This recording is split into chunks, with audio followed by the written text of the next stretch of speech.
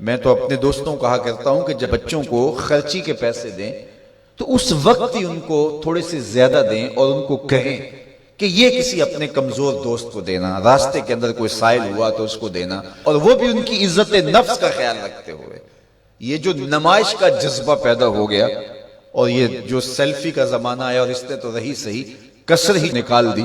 وہ کسی زمانے میں کہتے تھے نیکی کر دریا میں ڈال، اور پھر وہ زمانہ آیا کہ نیکی کر اخبار میں ڈال، اور اب نیکی کر فیس بک پہ ڈال۔ اب تو وہ تقوی، وہ جو للہیت، وہ تو ختم ہوتی چلی جا رہی ہے۔ آج کل وہ اجتماعی شادیوں کا ایک رواج پیدا ہوا۔ ایک دفعہ مجبور ہو کے مجھے کہیں جانا بھی پڑا، تو وہ میرا پہلا اور آخری موقع تھا۔ تو میں نے وہاں کہا کہ آپ نے مجھے جس مقصد کے لیے بلایا ہے، میں اچھائی کے کاموں کی تحسین کرتا ہوں، لیکن یہ منظر آپ کا مجھے اچھا اس لیے نہیں لگا کہ زندگی میں 3 مرحلے ہر شخص پہ آتے ہیں جب وہ مہمان خصوصی ہوتا ہے، جب وہ پیدا ہوتا ہے، کالا کلوٹا بھی کیوں نہ ہو، سارے اسے دیکھنے آتے ہیں۔ جب وہ عروسی کا جوڑا پہنتا ہے، چاہے مرد ہے چاہے عورت، تو اس وقت بھی سارے لوگوں کی نگاہ کا مرکز ہوتا ہے۔ اور تیسرا، جب سفید کفن اوڑھ کے آخری منزل کی طرف چلتا ہے تو سارا شہر کہتا ہے چلو اس کا منہ دیکھائیں۔ بلکہ اس کا یہ پروٹوکول ہے کہ امام کعبہ بھی ہو تو وہ پیچھے کھڑا ہوگا، اس کے جنازے کو آگے رکھا جائے گا۔ یہ اس کا اعزاز ہے، یہ اس کی تکریم ہے۔ وقت کا غوث بھی ہو تو وہ بھی پیچھے کھڑا ہوگا، اس کا جنازہ آگے رکھا جائے گا، یہ اس کا اعزاز ہے۔ تو میں نے کہا یہ 3 موقع ہوتے ہیں کسی کمزور سے کمزور، غریب سے غریب، عاجز سے عاجز شخص کے لیے بھی عزت کے، اور آج آپ نے ان سے یہ موقع بھی چھین لیا کہ اسٹیج کے اوپر مخیر حضرات بیٹھے ہیں، اور ایک قطار میں بیٹیاں بیٹھی اور ایک قطار میں جو ہے وہ دلہے بیٹھے ہیں، اور ان سب کے رشتہ دار سامنے، باراتی 20-20 40-40 لوگ آئے ہوئے ہیں۔ تو ان سب کی غربت کا ہم عملاً مذاق اڑا رہے ہیں۔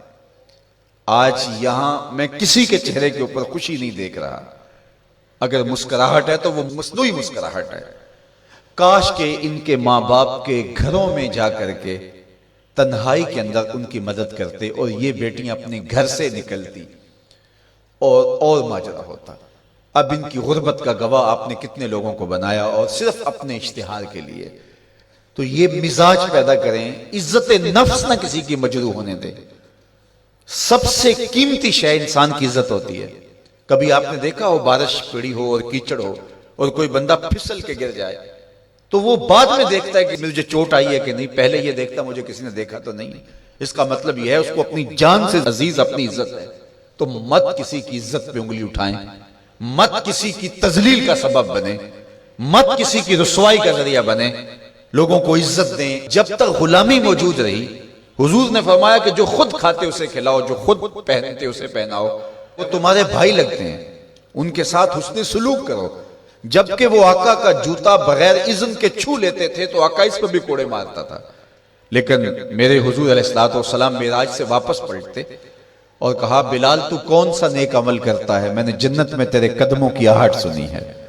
کیا خیال ہے ایسے ایک جملے نے دور غلامی کی ساری تھکن اتارنے دی ہوگی، اور غلام فرش اٹھ کے فراز عرش پہ نہیں پہنچ گیا ہوگا؟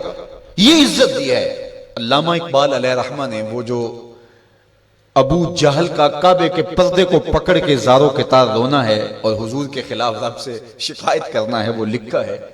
تو اس میں جو شکایتیں لگاتا ہے ابو جہل کعبے کے غلاف کو پکڑ کے، تو اس میں ایک شکایت یہ لگاتا ہے کہ از محمد سینہ ما زار زار، ہمارا سینہ بڑا دکھی ہو گیا ہے، اس شخص نے تو ہمارے نظم کو خراب کر دیا ہے۔ با غلام خیش بر یکخان نشست، یہ جو دین لے کر آیا ہے اس دین کے اندر یہ سبق ہے کہ غلام اور آقا ایک دسترخوان پہ بیٹھیں گے، اور اگر غلام اور آقا ایک دسترخوان پہ بیٹھ جاتے ہیں تو پھر کہاں گیا ہمارا قریش کا سردار ہونا؟ تو یہ تو ہمارا سب سسٹم تلپٹ ہو جائے گا۔